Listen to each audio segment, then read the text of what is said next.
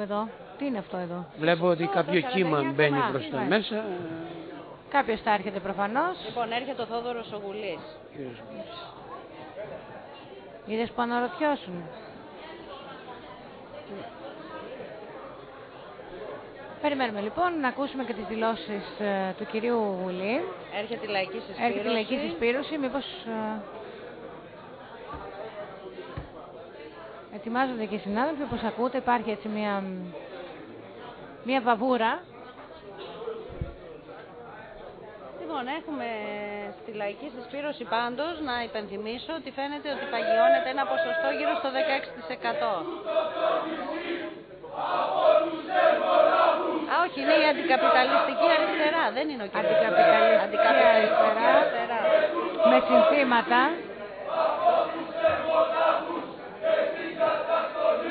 Λοιπόν, ελευθερώστε τούτο το νησί από τους εργολάβους και την καταστολή. Η κυρία Τσιλιμπάρη. Ναι, η κυρία Όλγα Τσιλιμπάρη, την είχαμε φιλοξενήσει στο ράδιο. Στο ράδιο Κάνισσα, ναι. Φαίνεται ότι έχουν ένα ποσοστό που πλησιάζει το 3%. Δεν ξέρω, εκλέγουν εκπρόσωπο με 3% τελικά. Θα φτάσουν στο 3%, εκλέγουν εκπρόσωπο. Και εκεί βιαστική είναι. Πρέπει να περιμένουν λίγο, λες. Εδώ τώρα κρέμονται από 0,20 ή 1, τόσο, δεν ξέρω πόσο είναι το ποσοστό και το μέτρο. Αλλά θα έπρεπε να περιμένουν λίγο για να δουν αν βγάζουν ή όχι εκπρόσωπο στα Ιόνια νησιά. Ξέρουν κάτι τα επιτελεία που δεν το ξέρουμε εμείς. Σίγουρα δηλαδή δεν υπάρχει περίπτωση. Εμείς παίρνουμε τα αποτελέσματα τελευταίοι έρνοι. Αυτό το έχω πει. Πάντως η αλήθεια είναι ότι επιβεβαιώθηκες και το σύστημα παρουσιάστηκε σε όλο αυτό το μεγαλείο. Αυτό το χαρακτηριστικό που είχες πει στο στούδιο του Ράδιο Κάνισσα, Άνω Παναγιά κάτω Παναγιά. Έγινε πράξη απόψε. Αμάν πάνω Παναγιά και την κάτω. Μα κοίταξε να σου πω κάτι, Δημοσθένη. Και η Μαυρογιαλούρη και οι Γκόρτσιδες και Άνω Παναγιά και κάτω Παναγιά. Παναγιά. Κοραγιάνα κάτω Κοραγιάνα. Πες Άνω Παυλιάνα κάτω Παυλιάνα. Έτσι έλεγε η ελληνική ταινία. Αυτά είναι μεγάλα χωριά. Ήταν τότε με τον Μαντζά και τον Κόρτσο. Έτσι όλοι αυτοί πάντως που λέγαμε όλο αυτό το διάστημα κυκλοφόρησαν το τελευταίο διάστημα.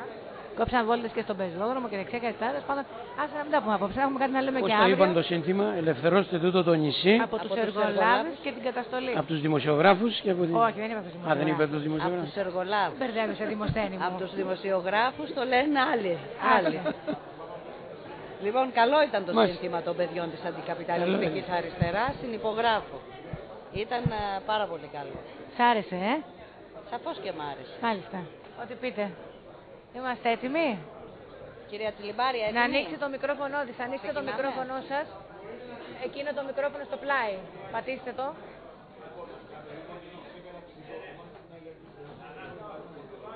Λοιπόν, είμαστε έτοιμοι να ακούσουμε την κυρία Τσιλιμπάρη. Λόγω του ότι η υποψήφια περιφερειάρχης της αντικαπιταλιστικής αριστεράς στα Ιόνια, η Αντωνία η Λαχανιώτη, που κατάγεται, ζει, εργάζεται στη Ζάκυνθο, δεν μπορεί να είναι εδώ, κάνουμε εμείς τις δηλώσεις εκ μέρους του συνδυασμού μας. Βρισκόμαστε σε μια φάση μεγάλης επίθεσης των δυνάμεων του κεφαλαίου εναντίον των δυνάμεων της εργασίας. Αυτή η φάση έχει ήδη ξεκινήσει εδώ και πολύ καιρό και από ό,τι φαίνεται θα διεξαχθεί όχι μόνο στη χώρα μας, αλλά σε πανευρωπαϊκό και ενδεχομένως και σε παγκόσμιο επίπεδο. Αντί να θριαμβολογήσουμε και να πούμε πόσο χαρούμενοι και πόσο ευχαριστημένοι είμαστε που για πρώτη φορά στην ελληνική ιστορία μετά τη μεταπολίτευση το ρεύμα της αντικαπιταλιστικής αριστεράς καταγράφηκε ευκρινώς σε 11 από τις 13 περιφέρειες της χώρας και σε δήμους, με τις θέσεις του, που οι θέσεις του είναι ξεκάθαρες για την παρούσα κατάσταση στη χώρα μας, για την αναγκαιότητα μη αναγνώρισης και διαγραφής του τοκογλυφικού και ιμπεριαλιστικού χρέους με πάλι του λαού από τα κάτω και από αριστερά, για την μη νομιμοποίηση σε οποιοδήποτε επίπεδο και με οποιοδήποτε τρόπο και με οποιαδήποτε μορφή και αν παρουσιάζονται των επιλογών της οικονομικής και πολιτικής ολιγαρχίας. Αντί λοιπόν να είμαστε ευχαριστημένοι ότι καταγραφήκαμε, ότι αξιοπρεπώς είπαμε τις θέσεις μας, δώσαμε τη μάχη και καταγραφήκαμε, εμείς είμαστε πάρα πολύ εξοργισμένοι.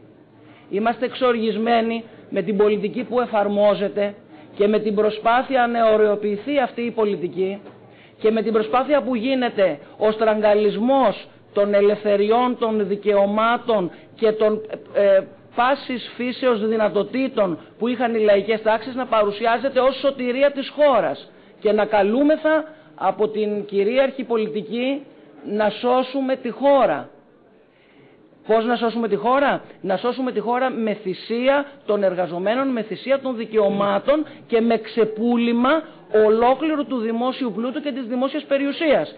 Εμείς είμαστε εξοργισμένοι με αυτά και επίσης είμαστε βαθιά ανήσυχοι για το γεγονός ότι ακόμα δεν έχει διαμορφωθεί από την αριστερά στη χώρα μας πιστικό πρόγραμμα απάντησης στην κρίση από εργατική και λαϊκή σκοπιά, τέτοιο που να συσπυρώσει μεγάλες μάζες εργαζομένων, νεολαίων, ανέργων και των λαϊκών τάξεων γενικότερα, γιατί μόνον έτσι μπορεί να δοθεί απάντηση στην παρούσα κρίση και η κρίση να ξεπεραστεί προς όφελος των λαϊκών συμφερόντων και όχι προς όφελος των τραπεζιτών. Αυτά τα λίγα είχαμε να πούμε. Παρακολουθούμε με ενδιαφέρον και τις δημοτικές εκλογές σε τοπικό επίπεδο, πώς πάνε τα πράγματα και επιφυλασσόμαστε όταν θα καταλαγιάσει η απόψινή βραδιά να επανέλθουμε. Παρακαλώ πολύ, θα ήθελα να σας απευθύνω ένα ερώτημα εκ μέρους του Αντένα. Θα ήθελα να μου πείτε, θα καταφέρει ο συνδυασμός σας να ξεπεράσει αυτό το ποσοστό το οποίο χρειάζεται για να υπάρχει εκπροσώπηση στο Περιφερειακό Συμβούλιο, ο συνδυασμός σας να μπορεί να εκπροσωπηθεί? Δεν ήταν βασικός στόχος της καθόδου του συνδυασμού μας, ούτε αυτός σκοπός, μια θέση στο Περιφερειακό Συμβούλιο. Μολονότι αυτό δεν θα μας δυσαρεστούσε, δεν θα μας δυσαρεστήσει. Θεωρούμε όμως ότι το καθήκον μας μπορούμε εξίσου καλά να το επιτελέσουμε μέσα στα κινήματα και μέσα στους αγώνες, μέσα σε λαϊκές συνελεύσεις, μέσα στα σωματεία, μέσα στους χώρους όπου ζουν και εργάζονται οι συμπολίτες μας. Εξάλλου αυτό θα κάναμε και θα κάνουμε αν έχουμε και μία θέση στο Περιφερειακό Συμβούλιο. Δηλαδή η θέση μας στο Περιφερειακό Συμβούλιο θα είναι βήμα καταγγελίας των κακών κειμένων και των αντιλαϊκών πολιτικών και βήμα αναγγελίας των ελπίδων, οι οποίες ελπίδες είναι στους αγώνες. Και επειδή το αποτέλεσμα δεν είναι τόσο μικρό όσο φαίνεται για την δικαιοδοτικό συνδυασμό, θέλω λοιπόν να σας ρωτήσω, ποια θα είναι η τακτική που θα ακολουθήσετε για τη δεύτερη Κυριακή? Θα συμμετέχετε σε αυτόν τον αγώνα εσείς?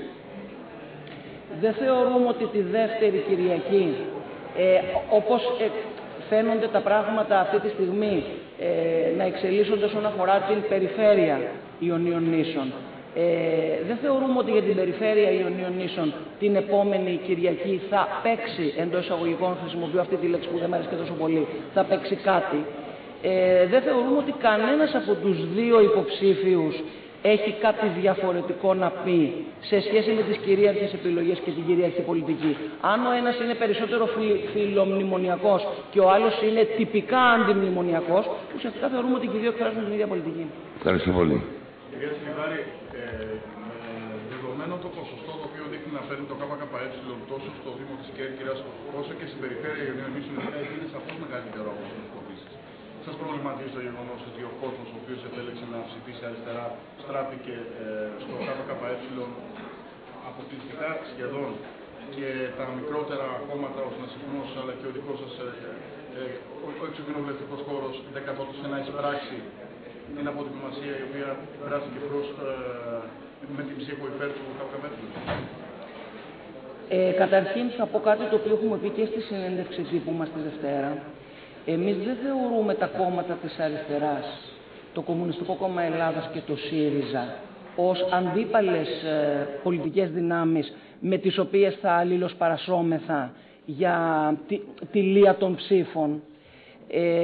Και το Κομμουνιστικό Κόμμα Ελλάδας έχει μακρόχρονη ιστορία και προσφορά στο εργατικό και λαϊκό κίνημα της χώρας και ο ΣΥΡΙΖΑ έχει τη δική του φωνή, ενδεχομένως αντιφατική, έχει τις δικές του δυνατότητες να αρθρώσει και να προσφέρει αυτό που μπορεί να πει.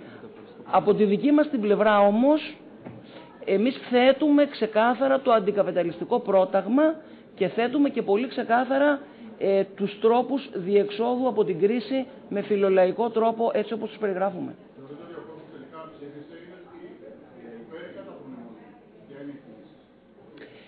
Νομίζουμε ότι είναι λάθος να τίθεται το θέμα έτσι υπέρ ή κατά του μνημονίου. Το μνημόνιο είναι η κορύφωση των αντιλαϊκών πολιτικών των τελευταίων ετών.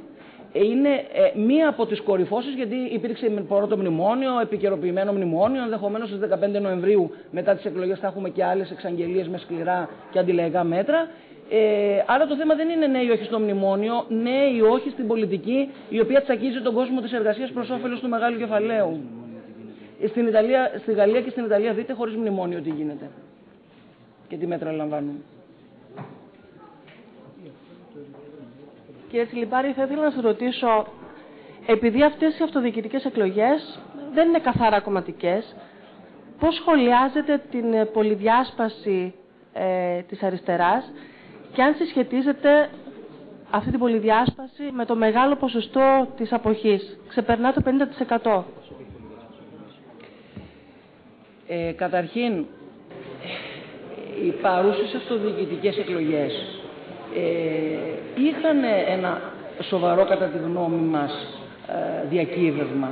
Και το διακύβευμα αυτό ήταν να γίνει καταφανής ο ρόλος του καλλικράτη και η προσπάθεια που γίνεται στη χώρα μας να διευκολυνθούν οι καπιταλιστικές αναδιαρθρώσεις με την αλλαγή της τοπικής αυτοδιοίκησης, με τη μετατροπή δηλαδή της τοπικής αυτοδιοίκησης όπως την ξέραμε σε ένα τοπικό κράτος που να λειτουργεί προς όφελος του κεφαλαίου. Τώρα, όπως και στο γενικότερο πολιτικό σκηνικό, έτσι και στα τοπικά πολιτικά σκηνικά κάθε φορά αντανακλώνται οι αδυναμίες της αριστεράς.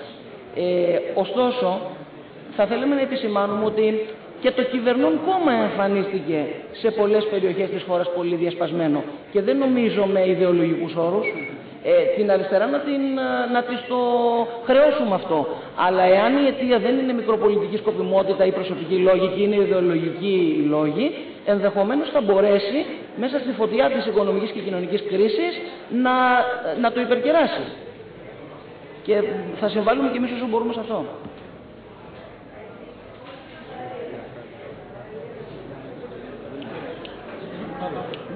Ελευθερώστε